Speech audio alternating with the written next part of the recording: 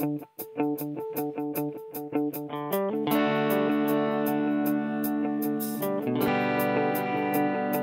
des premiers constats, c'est qu'on vit aujourd'hui dans une société qui est très fracturée, très atomisée. Les jeunes d'un côté, les vieux de l'autre, les riches d'un côté, les pauvres de l'autre, les Français de souche d'un côté, les Français de branchage de l'autre.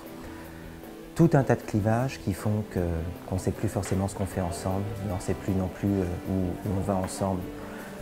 Le deuxième constat, c'est qu'on est dans une société dont les jeunesses, notamment, ont le sentiment de ne plus avoir de place. Une société où 150 000 jeunes sortent chaque année de l'école sans qualification, sans diplôme, sans horizon, ça devient un vrai problème. Donc comment essayer de traiter ce problème-là? Nous, ce qu'on a choisi de mettre en place pour essayer d'apporter des éléments de réponse à ces défis, c'est justement de créer des espaces de fraternité, des espaces où des personnes d'horizons très différents, d'horizons générationnels différents, d'horizons sociaux différents, d'horizons culturels différents, pourront mettre en partage et mettre en commun ce qui les rend plus forts et plus humains au quotidien.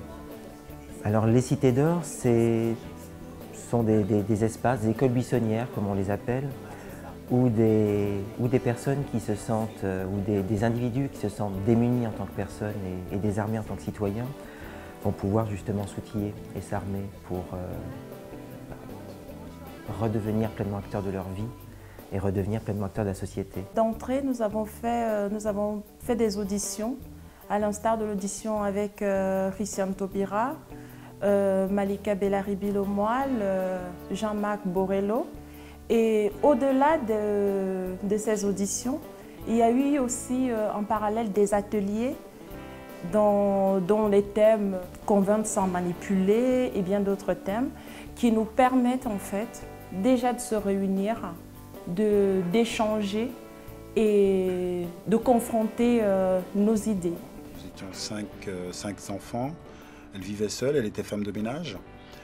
Et j'aurais pu me mettre des limites en me disant que certains métiers n'étaient pas accessibles.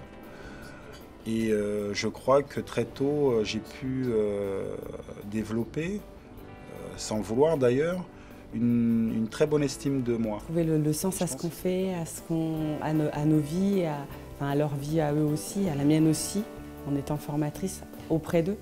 Donc du coup, de quelle manière on va réussir ensemble à travailler sur le sens que l'on met à tout, à un débat, à ce qu'on regarde à la télévision, à nos rapports que l'on a aussi avec les gens de notre entourage, à la sincérité de nos échanges. Voilà, arrêter un petit peu de se cacher derrière plein de choses pour être à l'image de ce qu'on attend, mais être de nouveau un peu plus en accord avec soi-même. Faire en sorte que des personnes se saisissent, en tant que citoyens, en tant qu'êtres humains, se saisissent d'un enjeu qui leur parle et l'analyse collectivement, réunissent toute l'information qu'ils peuvent réunir dessus, apprennent à s'engueuler, apprennent le consensus démocratique et prennent conscience du fait que la société telle qu'elle existe aujourd'hui ou la société telle qu'elle existera demain, c'est aussi eux qui contribuent à la construire.